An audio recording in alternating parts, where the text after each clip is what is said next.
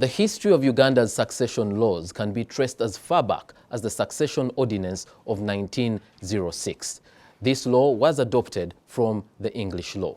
Because of its shortcomings, in 1976, Uganda enacted the Succession Amendment Decree. This decree has been criticized for being discriminatory, especially against women. In fact, the Constitutional Court in 2007 struck out some of the provisions of the Succession Act, stating that they were inconsistent with the Constitution. Today, there is a move to try and amend further the Succession Act. What are these amendments? What will they lead to? Will they make the succession regime in Uganda better?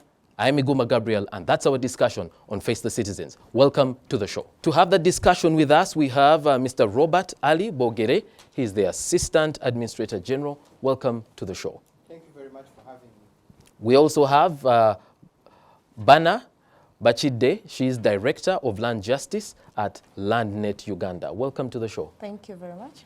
And finally, from Parliament, the Honorable Abbas Agaba. He is Chitagwenda County Member of Parliament, and he sits on Parliament's Committee on Legal and Parliamentary Affairs. Welcome to the show. Sure. Thank you. I'm happy to be here this All afternoon. Yeah, and we have an audience of eager Ugandans that will be asking their questions, but you especially that's watching us at home by television, welcome to the show. This discussion starts right now. Bana, let's begin with you. We already have a law in place. Your organization and other CSOs have been pushing for an amendment to this law. What's the problem with the current Succession Act? As you put it very well, Gabriel, there's several issues, especially in relation to equality, in relation to discrimination, especially related to gender, issues related to sex, issues related to the tribe you belong to. So that is the problem we're trying to address, that this gap where there's no equality, especially between a male child and a female child, or between a man and a woman in relation to property, is what we're trying to rectify. The current law, I'll just give snapshots because we have the Deputy Administrator General present. The current law, there are issues related especially to, for example, when you talk about the heirs. The current law talks about an heir, a legal heir, and mostly sides with a male heir. A male, okay, it provides the male species, I should say. The male gender. The male gender, for a lack of a better word. But when we talk about equality as per our constitution, which is the supreme law of the land, it provides for non-discrimination on grounds of sex. But when you talk about a legal heir in the current law, we look more preferences given to the male child. There are also issues related to distribution of the estate, especially when, like majority of Ugandans. Distribution of the estate here, you mean the property that he has left behind. Of a person who has died. Yes. So the property that someone has left behind, in most cases, most Ugandans do not write wills. Because people fear when you write a will, you'll die. That's so the assumption. But most of us have wills. I have a will, but I'm still alive. And because of that, we face challenges, and I think most of us have been witnesses, where you find that the distribution is not fairly done, especially between the male children and the female children, and even the widow. In most cases, the widow is even kicked out of the house. And why? They say, no, you're just part of either you become part of the property, or you're just entitled to 15%. But as you most of us know that most of the families in Uganda are polygamous in nature. So, for example, if the person dies and leaves behind 5 or let's say 3 women, and they're supposed to share 15%. So basically, what of the property that is left behind. So 50%, and that means each of the wives has to get only 5%. Okay. Is that sufficient? Especially when the wife or the widow has children to look after. So there are certain inconsistencies that we're trying to advocate for that need to be harmonized, especially to address the current needs. A number of these things you refer to seem to be hinged in culture. And I see your name here is Bachide. My assumption is you are a Muganda, and these seem to be consistent with the culture of Baganda. Do you want to do away with custom and culture? No, we are actually trying to say that let's go back to the way it was. In Buganda, a legal heir, or in, let me say, umusika. We're not saying we're doing away with the umusika, the title, but it was ceremonial. But as most of us know, the current status is that ceremonial role has returned to, has actually been switched to, I'm now the owner of the property that the deceased has left behind. And in most cases, these are the children or the beneficiaries of the estate end up losing out because we have a umusika who has taken over the property and is not willing to distribute it among his or her siblings. Okay. Yes. Honorable Abbas, a member of parliament was actually granted permission by parliament to go ahead and, you know, start gathering views and putting together a private member's bill to amend the Succession Act. For starters, how far with that? I think they are moving. They were given leave of the House to go and consult. And at the appropriate time, when they are ready, they will come back on the floor of the House and present their findings. Just to mention, I don't know, we look more at the legalistics normally. But society is as it is. And I don't know who wants unfairness in society. Before I look at the law provided, I'm a father, I have both boys and girls, I've male and female children.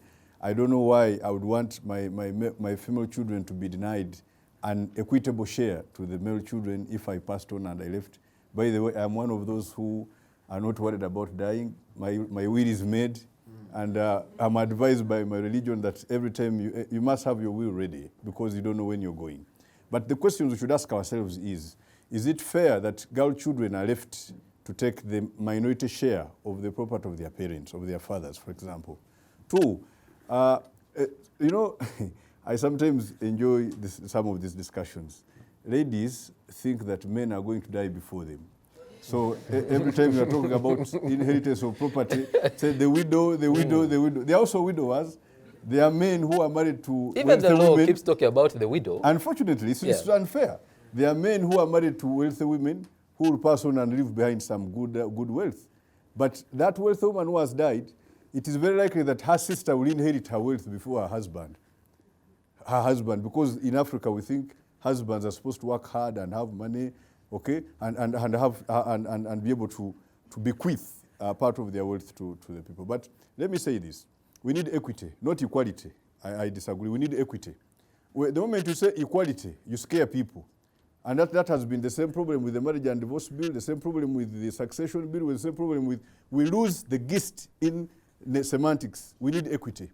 We don't need equality per se because the inequality that has been caused, I mean, I am the heir to my father. My sister could not be the heir to the father. Just because of the perception that I pass on the genes of my father to the next generation. That's perception. This is African tradition. Let it be as it is.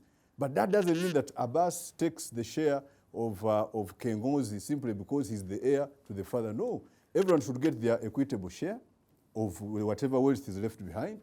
Then this process of passing on the genes to the next generation can be left to whoever is there. Because sometimes I may not even, my son, assuming I died without a son, like Professor Apple Swambi died without a son, he has an heiress.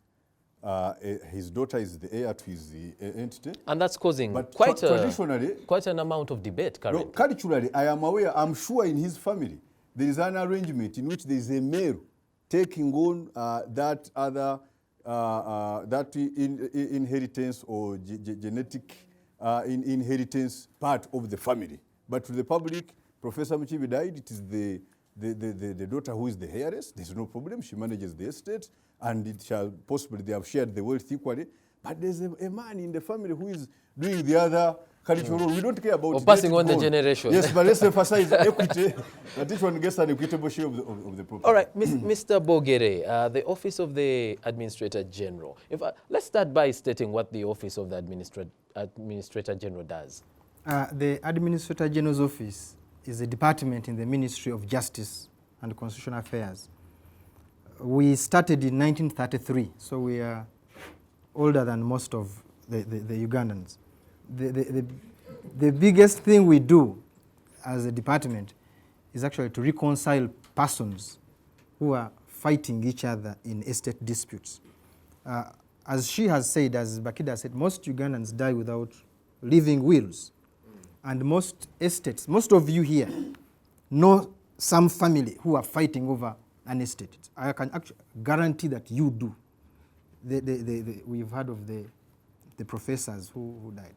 So the Department of the Administrator General was set up to collect those people, have them sit in a meeting and mediate their dispute. Secondly, we also manage estates. The Administrator General can actually be granted letters of administration to manage an estate, and we distribute it. We also fight off so many of those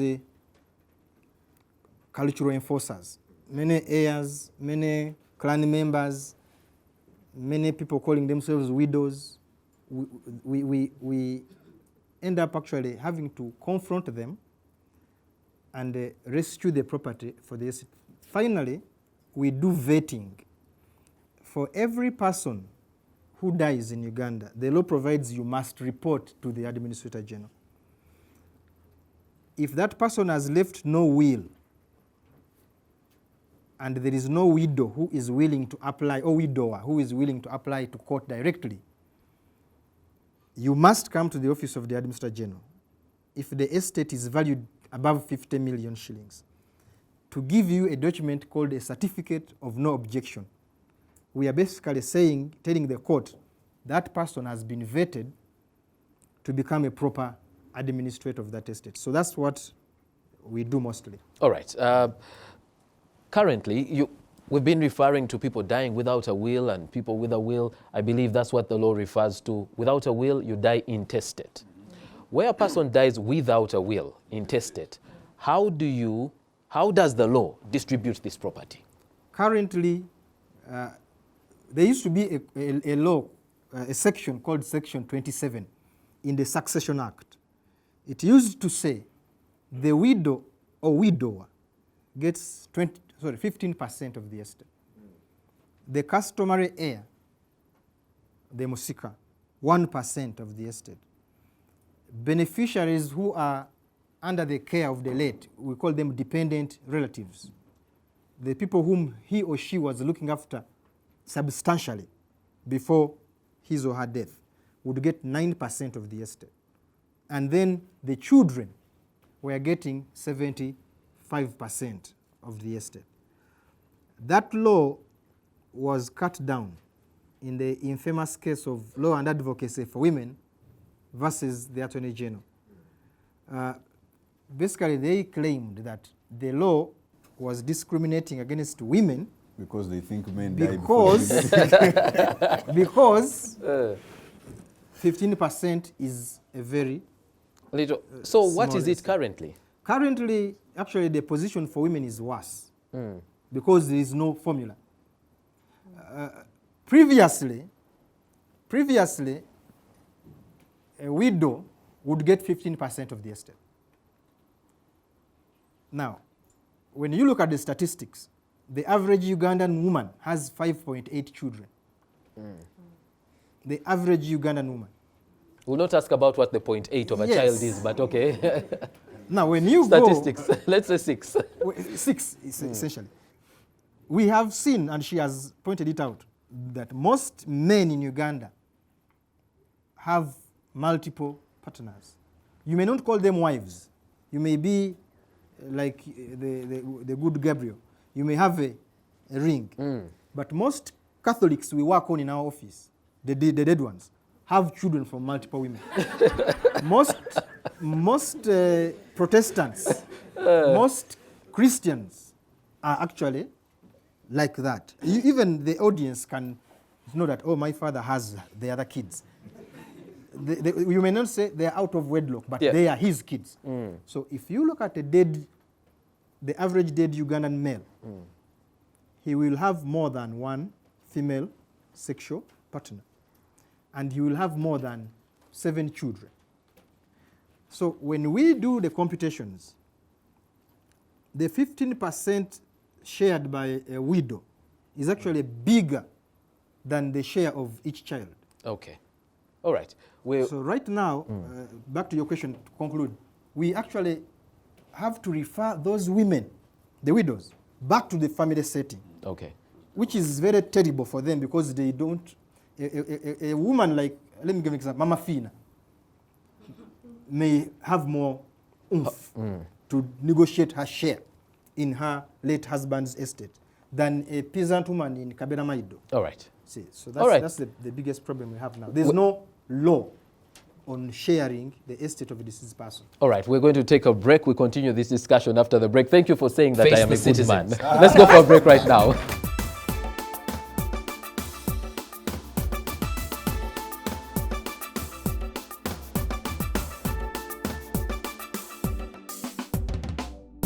Welcome back from the break. Thank you for staying with us here on Face the Citizens. I'm your host, Iguma Gabriel, and today we're looking at a proposed amendment to the Succession Act. To have the discussion with us, Bana Bachide, Director, Land Justice, LandNet Uganda, the Honorable Abbas Agaba, MP Chitagwenda, Member of the Parliamentary Committee on Legal and Parliamentary Affairs, and Mr. Robert Ali Bogere, Assistant Administrator General. In the first segment of the show, we learned a number of things, including how property is distributed when a person dies without a will. One of the things that was emphasized is it's better that you actually write a will. It doesn't mean that you will die after you write a will. A number of the people on the panel stated that they actually have wills and they are alive and here with us. Mr. Bogere, when you were speaking, the issue of a man having more than one wife came up. And if I may find out from you, Bana, the proposed amendments, what do they say about the infamous cohabitation? Cohabitation is a no-go area in Uganda, but that's the reality we are living with. But in terms of, for us, as Honorable Abbas, maybe we should use equity. But for us, we're trying to promote gender equality. So when it comes to polygamy, we're both looking at, of course, the male and the female. But what we are proposing is that at least the widow, the spouse, actually where you're saying the spouse, they should get 50%. 50% of the estate. When, especially, we're looking at moving a from the provision of 15 now to 50. Yes. And then, of course, the dependent relatives, he alluded on who they are. They should maintain the 9%. And then, of course, the lineal descendants. For us, we're insisting on the lineal descendants. Lineal descendant is someone who's born, for example, Gabriel, your child, whether male or female, is a lineal descendant. But we've also introduced the issue of adopted children. We have people these days who look after other children, yes, and they've become part of the family. So that's the lineal descendant. And we're saying they should share 41% of the estate. And why are we saying 50%? I mean, as a wife or a husband, you've made a contribution. And this 50%, please let me not be taken out of context. We're talking about both, either if it's the wife who has passed on, then the husband should also share 50% of her estate. Okay. So even though it is let's say if it's the husband who has passed on, then the wife should share 50%. Right. So that is what we are trying to say, that 50% because of the equal contribution she has made during the lifetime of the deceased person. All right. Yeah. Mr. Bogere. Am I allowed to object? To object. Well, your view on the proposal yes, that's being made by civil society. The Administrator General, together with the Cabinet, including the President and the Law Reform Commission, have actually been doing law reform proposals for the last 12 years. We've done a lot of background work, and we have bills ready to present to the Parliament. These bills were assented to on 20th May this year. Our proposal is 20% for the surviving spouse. So moving up just 5%? Yes. Why? 50% and giving 41% to the children who we have seen are the majority.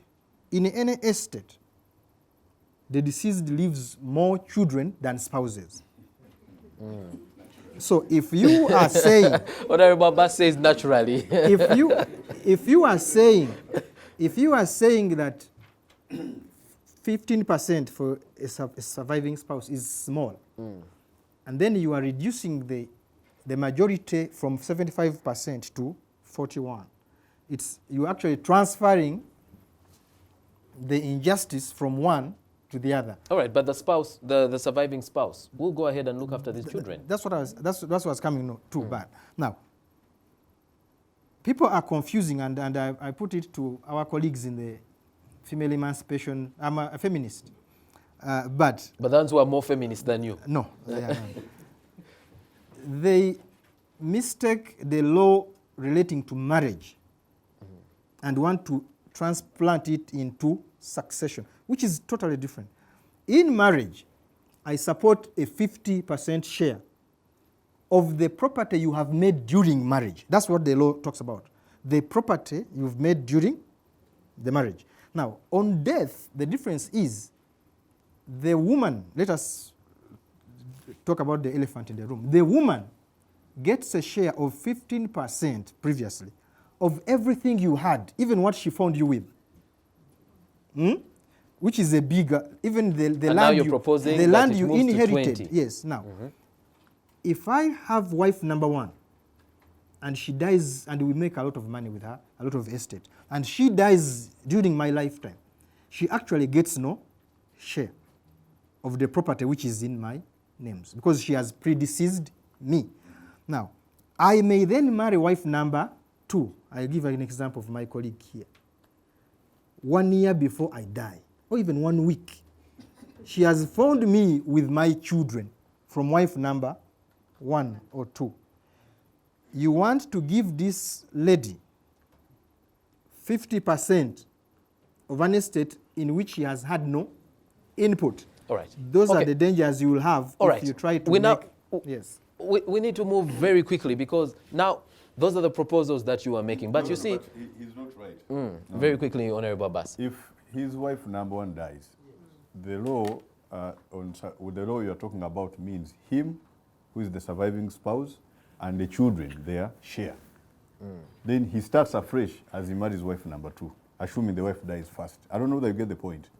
The risk that the wife number two will come and then take a big share of the efforts, the sweat of wife number one, is mitigated by you sharing, him sharing, and the children also sharing.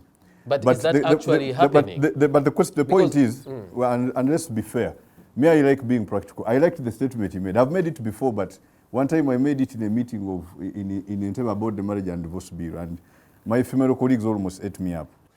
Marriage in Africa is potentially polygamous. That's how it is. Muslims practice polygamy, but most Arabs are not polygamous. So Muslims who are Africans are more comfortable with polygamy than Arab Muslims. But when I worked as RDC in Serere, in the village, the Christians and Muslims were equally polygamous. In fact, some Christians were more polygamous than Muslims. And it's a day-to-day thing, they don't care. Now, for me, as Abbas, what I want is equity for the children, especially, for the orphans, for the children. Okay. You are in a situation where parents have passed on, and these children need to be taken care of. Wives can take care of our children, that's true. But the moment she gets married into another home, it's another story. And she has the right to get married.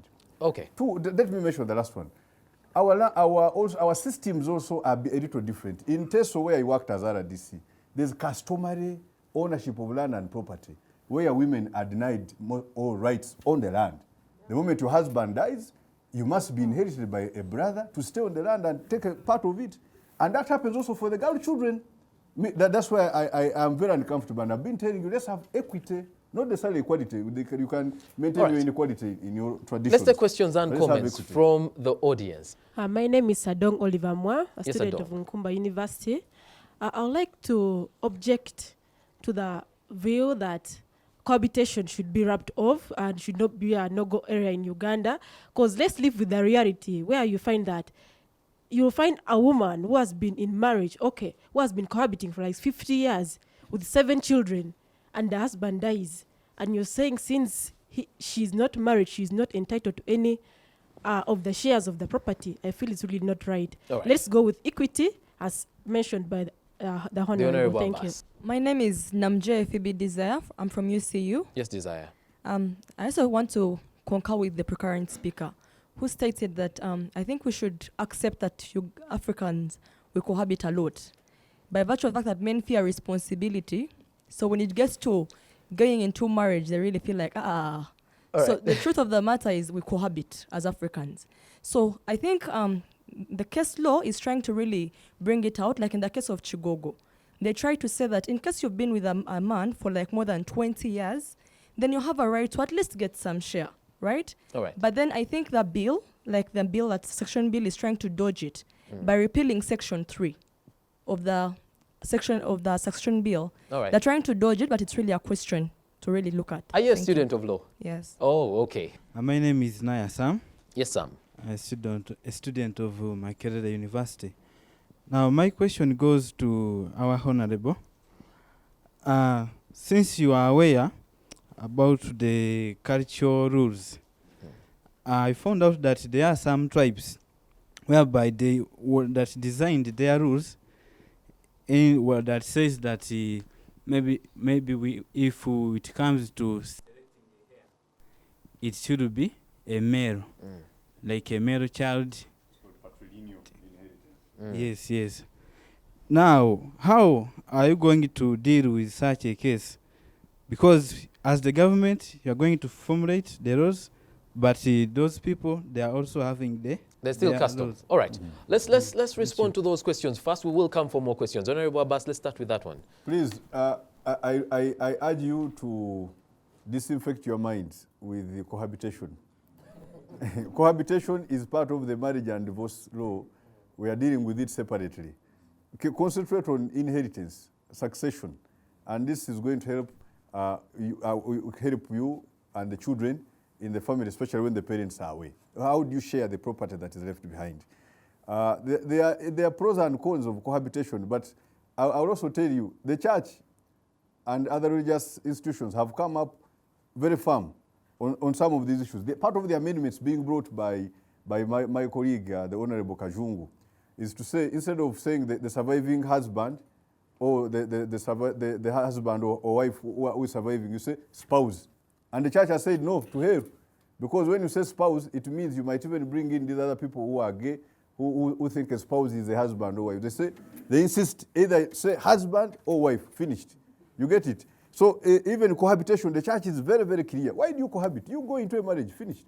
And the inherit succession is not against cohabitation. If I died, for example, and it can happen, and I have another child, my child will get a share of my property. So why are you worried about cohabitation? So succession really is what do you take in the demise of your parents. All right, and this amendment basically is saying a child is a child, regardless of where the child is from, a child is a child. Gotten in or out of wedlock, it's a child. Get rid of the whole illegitimate children thing. Okay, now on the issue of, some had a question in relation to, culture. I just have a background of teaching. I'm a teacher of chemistry and biology. But it is inheritance, genetic, and environmental, or let's say succession. Let me separate succession and inheritance. Inheritance is genetic, and if you are looking for a person to transit the genes into the next generation, you keep the African practice that the men will do it, but they should not be. That should not give them a right. It has nothing to do with property. Yes, in the share of property, let them get equitably. Let my girl children get equitably with my boy children. But one of my boys may be selected to be my heir, and he takes my genes to the next generation. Okay. I hope that answers your question. Let's have some responses from this side as well. I think in relation to cohabitation, yes, as I would like to correct that because of the current law, we're also bound by the current laws, and that, of course, the comments that have been made by different religious. So for us to ensure that property of the deceased is protected, that's why we have incorporated it, but in a way that recognizes the contribution of this woman, whether she's married or not. Upon death, I think it should only be fair that she should be awarded some form of a portion of the estate, because at the end of the day, honestly, she's the one going to even look after the children. What if it is the man who dies? Who dies? Or And if it's the, yes. the woman he has been cohabiting with is alive. What Yes, happens? so it is the same, and that is what we are promoting, Honorable. That's what we are pushing for. All right. Equity. All right, Mr. Bogere, briefly- you seem to have many to respond to, but Yes, briefly. Briefly, the research we did with the Uganda Law Reform Commission found out that most Ugandans support the idea that a person in cohabitation should get a share. But they said it should be less than what the one in marriage gets. For instance, there were proposals 5%, 10%. I think the mistake the people of the DRB made was to relate cohabitation to marriage.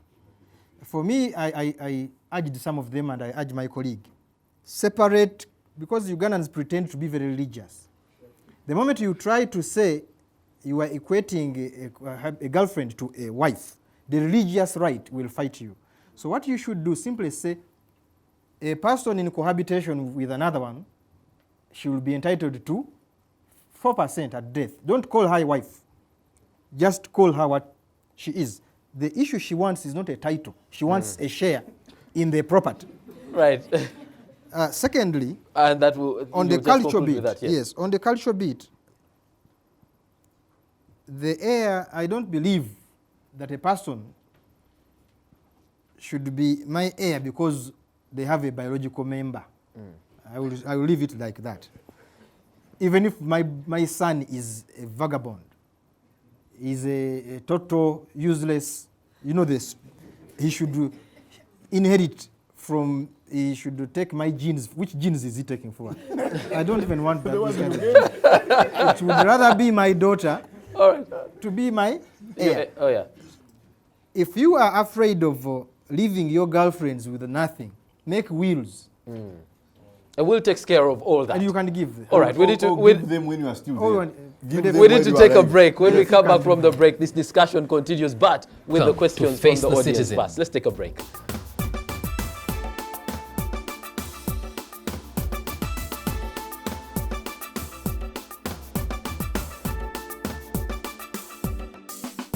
Welcome back from the break. Thank you for staying with us here on Face the Citizens. I'm your host, Iguma Gabriel. Today we're looking at succession, a proposed bill before Parliament. There is confusion because it seems like when the President gave his State of the Nation address, he stated that one of the laws that he was bringing to Parliament for consideration is an amendment to the Succession Act, which means government is also working on something on top of what the private member is doing. But we have Bana Bachide from LandNet. We have the Honorable Agaba Abbas from Parliament.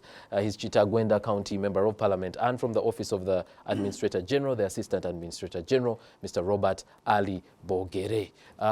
Would like to take some more questions from the audience, but Andrew Katabarwe sent his comment via Twitter, and he says in some societies the heir is supposed to be male because it means the lineage of the family stays with the same clan, and this is a matter of culture and norms. Once a female starts to be heiress, we risk losing our identity as a society. And that was dealt with by Honorable Abbas. Does the law of the land supersede culture?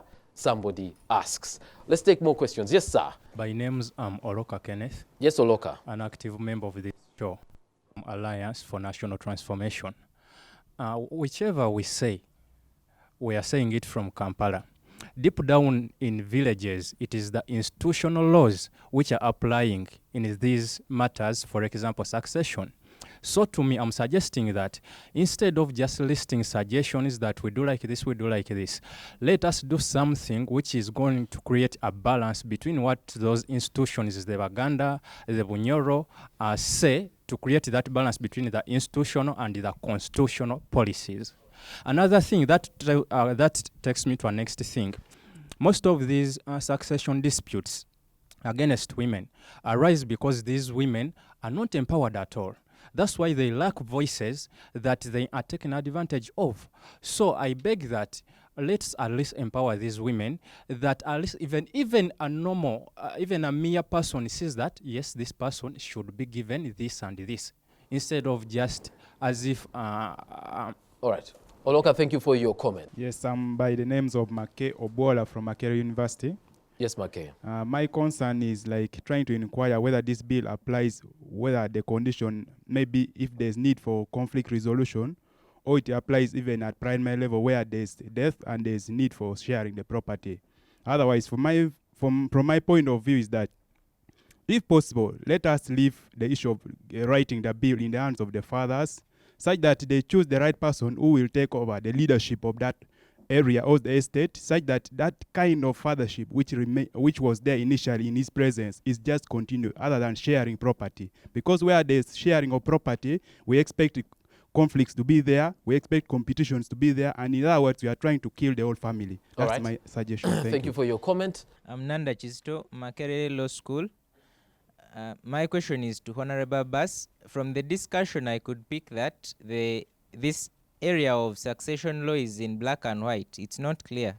And he hinted so much on equity. So I'm inquiring, how much are you putting in to make sure that this bill, by the time it becomes enacted, will be addressing the issues of equity? All right. In the audience, I have a peace ambassador, peace service ambassador, Kambula Milton. He is the chapter president, Global Peace Foundation. My name is Chukomeko Ian, Yes, Political Chukomeko. Science, Makerere University. How have the cultural leaders been engaged in this, in the effort of the amendment of the bill? Because there's a possibility of having a bill and it may not work. Okay. All right. Let me just ask very quickly. There were consultations by government and consultations by the private member. Who did you consult? The private member, let's begin there. We definitely consulted with Law Reform Commission. We also consulted with the Administrator General's office. We actually consulted several people when we were developing, when we were supporting UWOPA in development of the bill. All right. Yes. And from the government side, who was consulted? And we can see you already consulted, so you knew there was a bill by a private member. I want to just make it clear for the people that there is nothing to do with culture in succession matters. People should know that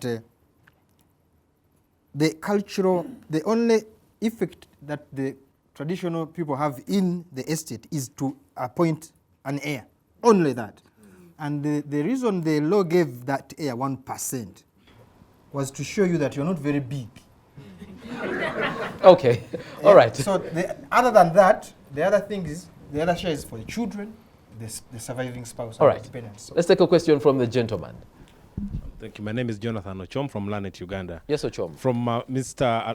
Roberts' presentation, he talked about a 20% provision and indicated that there's actually their proposal by government. So I'm wondering, so there's an ongoing process by a private member and then there's a government. How are we harmonizing the two processes? All right. And then to Honorable, you noticed from the room that the issue is really contentious. Unlike many other bills, this seems to touch the core of our society.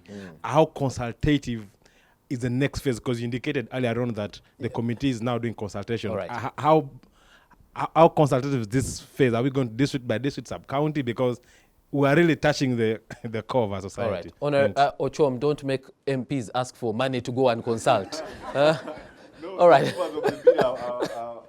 All right. I'm Grace Taliba from Makerere Petroleum Department. Yes, Grace. My question is, it seems that everyone is taking the side of the rich family.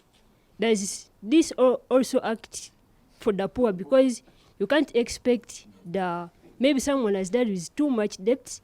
So who is going to distribute your poverty? Yeah. And then the other thing is, yes, please. someone said that let everything go the way it was previously. So previously, everyone, like, the culture was like they should take the male as the heir. And it's like, what if the male is bogus, like is useless in the society? Okay. Should we take it because All right. everything should go the way it was previously? My name is Joel Makisa. Yes, Joel. Makerere University. One of the things that I think have undertones in this discussion is we tend to think that the power or the economic power is centered to a man. I think that most and another important discussion we should be having is how do we give economic power to women also, because you find out that women are the ones inheriting, even if you don't want to say it, subtly you're also saying that women do not have that kind of economic power too. I think the other point of culture, we shouldn't think that culture is stoic. Culture moves on and sheds different shades, because a man like Professor Nsibambi, one who is beleaguered, tied to the societal idiosyncrasies of his culture, and is doing this thing, it's quite novel. So I don't think we should think that culture is always stoic. All right. It should go this way. Okay, thank you. Thank you for this opportunity. As the Global Peace Foundation, we feel that we have two major objectives in this bill. One is to make sure cohabiting becomes unprofitable. Because of the trends we are basing on research right now, a 5-year research.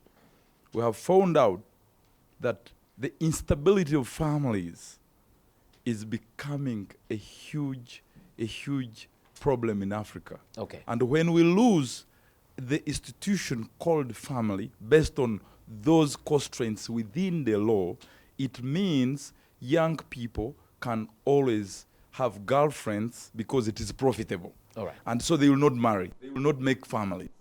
Another thing, which is the last, is to make sure the law provides space to stabilize families equitably.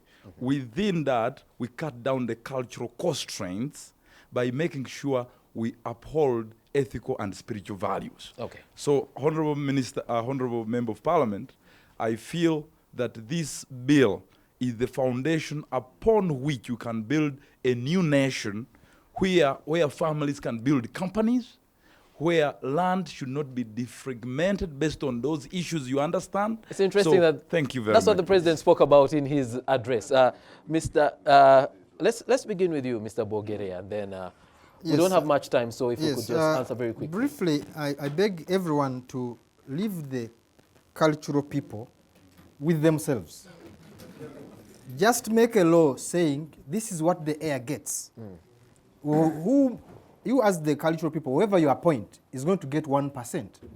The rest he will share equally with his siblings. All right. It's like we do with the LCs. The private members bill says that the customary heir is usually a child, therefore we should not even have a customary heir at all. We don't go into, you cannot do away with that. You let the cultural people remain with their cultures. Okay. But Just we are one, dealing with the law. Let them take 1%. I've just a brief. LCs, the local councils, they are courts. But there's one local council which made a decision that a person was guilty and sentenced him to death in Gulu. Now, we all know that a local council has no such powers. So leave local councils to their problems. Make a law which says local councils don't have a power to do X.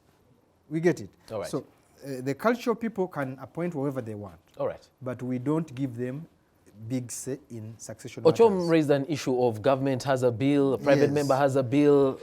You're confusing the people. We started our process in 2011. Our process involves several other laws which are related to succession. We cannot deal with the Succession Act alone and miss the Administrator General's Act, Small Estates Act. So ours is a bigger group of laws. The bills, when they go to Parliament, the good people in the law, the legal affairs Legal committee and Parliamentary Affairs will Committee. call all of us, I think, will put us on board, and then we will show through research that unfortunately most of the proposals brought by our colleagues from LandNet are women-centric, not family-centric. We are saying succession, as the Honorable has said, women don't die. So you're going to bulldoze them? Women, no, I said through research. Women, the law is not about women. And when you do a domestic relations bill and make it about women, that's why it failed. Make it about the family. This Succession Act should be about the family. All right. Yes. We don't have much time, so let's come to Bana. I tend to agree and disagree with the Deputy Administrator General. Why? Especially in relation to culture. Unfortunately, because of the systems, majority of the people are running to the cultural institutions when it comes to making certain decisions about property. That is the reality. So are you saying they should be given more say? No, what I'm maintaining my position that the legal heir or the customary heir is a ceremonial. It's ceremonial, and that's why I agree should be with removed him. from the law? That should be removed from the law. It is just ceremonial that there is this Gabriel who will just act as a representative of the deceased. So what of the law just Full stating that stop. it's ceremonial? However, that is what is in the current bill. That's Okay. what we are proposing. All right. However, my concern is saying leave issues of the custom to custom. But unfortunately, majority of the people have to. And then also, the other issue is one of the... But I have to go to Honorable Abbas. So someone mentioned about women's economic empowerment. Who sits at these tables when decisions are being made about property? Yeah. It's men. All right. So that's why you see us fronting in the angle of women. All right. Honorable Abbas? I think, let me make a summary in this way, because most of your questions are related. It's an argument about heirs and not heirs, equality and no equality, the women and their interests. The moment you begin legislating about what people think is normal, it causes challenges. The domestic relations bill failed because of the same. The marriage and it's now marriage and divorce. It's now the marriage bill. Well, we are here. We are in consultation. They want to call it marriage and stay. No, then divorce on its own, but we'll deal with that on its own. But let me say this. We want the Succession Act to succeed. Do not do away with the customary inheritance. This is how our society is. Unfortunately, Africa is patrilineal. You only have one queen in England. Tell me about other queens in Africa who are in charge of dynasties. Don't destabilize. Don't break what is there already, but bring the idea of equity. Why should an heir just take over everything? Originally, when somebody became an heir, he would inherit his stepmothers. Yes, culturally, he is in the position of his father. He takes over his stepmothers, marries other wives, looks after his brothers and sisters. That's not happening now. All right. Somehow even times have changed. Let the customary heir, or the one we are talking about who transfers genes, be there. He can have his 1% share additional. But don't say it's ceremonial. People say, they will suspect you are doing something else. And we are doing the same thing. All right. Let him get 1% share, then the rest they share equitably. All right. Number two, and maybe the last. Stop over emphasizing that when the man dies, then the woman has left, then those he has left, anybody who is surviving. But let's look at the circumstances prevailing. In a marriage, there will be children of the wife and children of the husband. If a woman is married to me with her own children and she passes on, these are my children as well. But if I married a child with children and I died, to what extent will they be her own children? So let's address the issues circumstantially as we are, as Africa, and as the way society takes it. And finally, my brother... Honorable, you have more than one finally. Oh, okay. No, that happens with politicians, but take it easy. Ambassador Kambura, I like the initiatives. Close out cohabitation because it wastes people's time and energy. But again, don't close out polygamy because you are closing cohabitation, closing polygamy. So where are the people going? You are not changing. Close one route and let the other be open and then manage it. We have to leave it here because we're totally out of time. But we thank you for being part of the show. And our panelists, thank you very much for being on the show. You watching us at home by television, thank you for being part of the show. Remember to join us next time. This bill is going to be before Parliament. You may want to send your views in so that the bill that is passed actually represents what you want for our country. Thank you for being part of the show. Until next time, goodbye. God bless you.